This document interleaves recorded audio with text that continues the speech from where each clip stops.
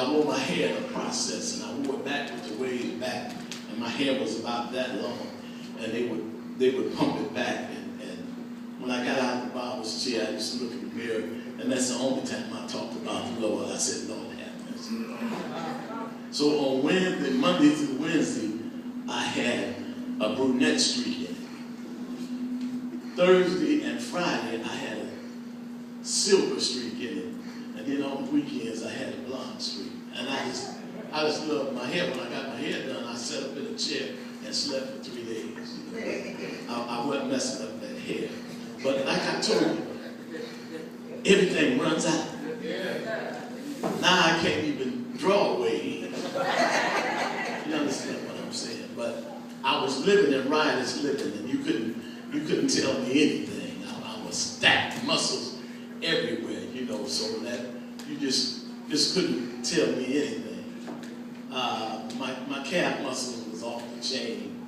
I was jogging through the park, and some women in the car said, "Hey, you with your big legs." And I said, "Oh, God, that's right there." I didn't think about God till it was something about me. So this young man wasted his substance in riotous living. It really wasn't his. It is what his father gave him to last him the rest of his life. But in just a few days, he was busted and in a strange land. Let me tell you something, young folk. Don't mess up so bad where you can't go back home. If you have to. I always buy a big house. Because I told my sons, I said, whenever you get in trouble and you got to come home, this will always be your room, a place for you to stay. As long as they don't mess up too bad, well, I put the lock on the door. So try to leave home in a way that you can go back, because you just don't know. You might have to go back.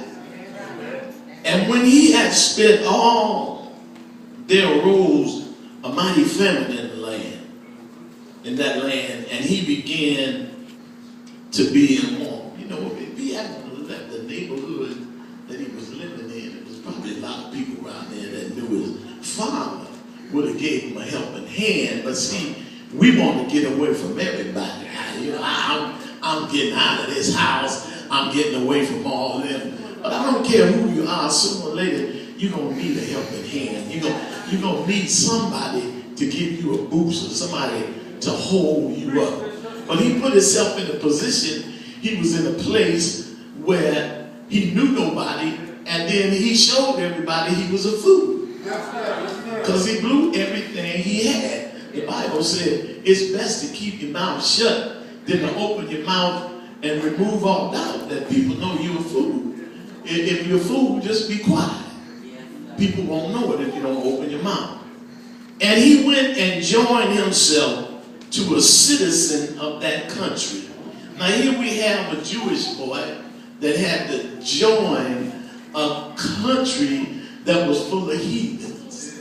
They were not Jews. So in order to get some help, in order to get some food stamps, that ain't what they call it now, what they call it. To get a bridge card. He had to join that country, but they wouldn't even give him a bridge card. And he sent him into his field to feed the swine. The only job they would give him was feeding the hogs. Let me tell you something. My father, they brought a hog to the house, and we named him Yoink. And they was fattening him up for New Year's Eve. And my job was to feed him. The thing ate all the time, and I ran out of stuff to feed him. So I went and got a paper bag. I took bacon, pork chops, and anything else I could find, and I threw it in there to Yoink. He ate the pork chops, the bacon, and the bag. He ate himself. He ate himself. It's bad to put yourself in a position where you might have to eat yourself. When I say eat yourself, I mean sell yourself. Give yourself away. This man had to give himself away to a country that didn't even believe in his God. So they says, we don't believe in your God, we'll let you feed the hogs. And he would have fainted, he would have died, and have filled his belly with the husk that the swine did eat. You got to be low, because a hog is nasty. And when you look down at the husk and the corn and the garbage you feed to a hog, and you thinking about eating it because you were so hungry, you in a bad spot. Yes, sir. You in a bad spot. Amen. And as a matter of fact, if I'm not going too far, your humanism is starting to leave you when you're going to eat like an animal. And when he came to himself, everybody say hopefully. Hopefully. That'll happen for me. That'll happen for me. When he came to himself, he said, how many hired servants of my father have bread enough and to spare, and I perish with hunger? He got to thinking about home. His daddy was rich. His servants had overflow.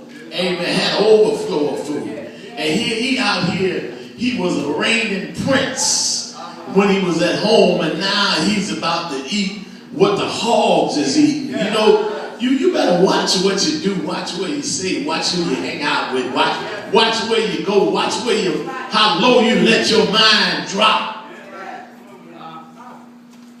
He had no respect for money. He had no intelligence how to survive. He didn't know anything, but he wanted to bust out and get away from the house. Some of y'all better slow down a little bit.